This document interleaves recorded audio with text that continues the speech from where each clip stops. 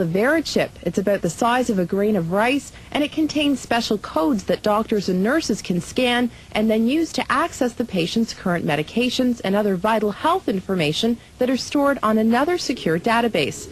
Each chip contains a unique 16-digit number that, when scanned, connects doctors to an internet database that retrieves medical records instantly. It was originally used for tracking lost pets, but the FDA approved Verichip implants in humans.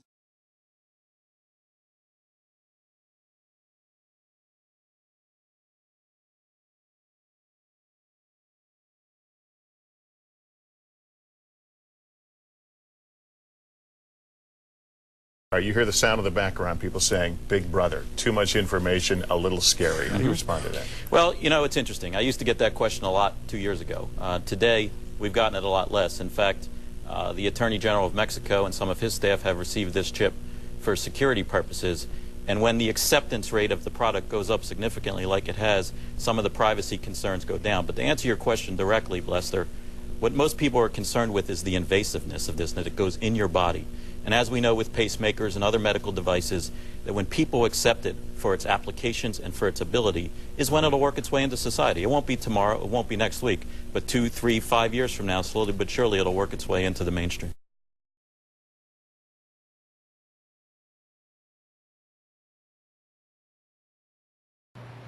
Sean Darks, chief executive of CityWatcher.com, didn't want to ask his employees to do anything he wouldn't do, so he had this chip embedded under his skin.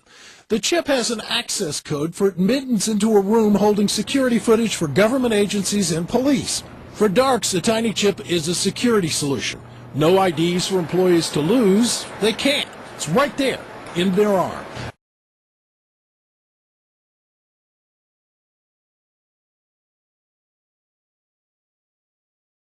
There are serious legal issues that are raised by this particular technology. Privacy advocates say they're concerned these chips could monitor or track people, medical records could be abused, and a person couldn't remove the chip if they wanted to. The Electronic Privacy Information Center's Mark Rottenberg is concerned that there currently are no rules that regulate or limit how this chip can be used. To suggest that somehow this is not personal information is simply misleading. It is very personal information.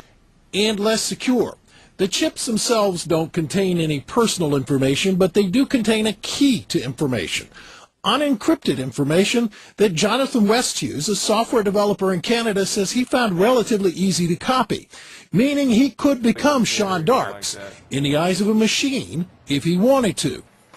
Well, they talked about, for example, electrical hazards. This thing is by no means inert. The way it works is it actually picks up and amplifies ambient electromagnetic energy from the reader devices. And if you have one of these things in your arm and you get within range of a powerful electromagnetic field, it can actually burn you.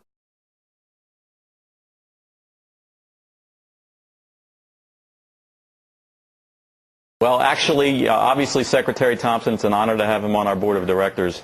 And as he stated all along, when the infrastructure is in place, he will get a chip. That could be 2050. Now, let me finish. We now have over 60 hospitals that have agreed to implement the system, so that time is nearing. Only 2 now, right? And I spoke with Secretary Thompson yesterday, and we believe it's in the very near future that he will get a chip and then appear on your show to talk. You have a chip implanted. Is it underneath your right arm? It's in the right arm. You power up a scanner, and you simply scan the arm. And once you scan the arm, you'll see that the identification information. And on the laptop here you have it hooked up to, it says some number, but that doesn't. On the database about Scott Silverman, it'll have my driver's license information, it'll have medical information, it'll have financial information, and it'll have security information for ingress and egress into facilities. The critics would say, and I listened to it, and I'm trying to figure it out, but they use the "they" word a lot. Is there a vast RFID conspiracy out there that is they would say this is a slippery slope. This is the first thing. This is where you lull us into a false sense of security. We all get these things. And then the next thing you know, I don't know, it's making like Soylent Green. Like the Trilateral Commission, or the whole world gets taken over, like in Terminator 3 or something. Is anything? I mean, do we need to worry? There's no conspiracy, Joe. You sure? I'm sure. I'm looking at you. I saw your eyebrow. It twitches when you say that a little bit. And I'm looking back at you. Come off.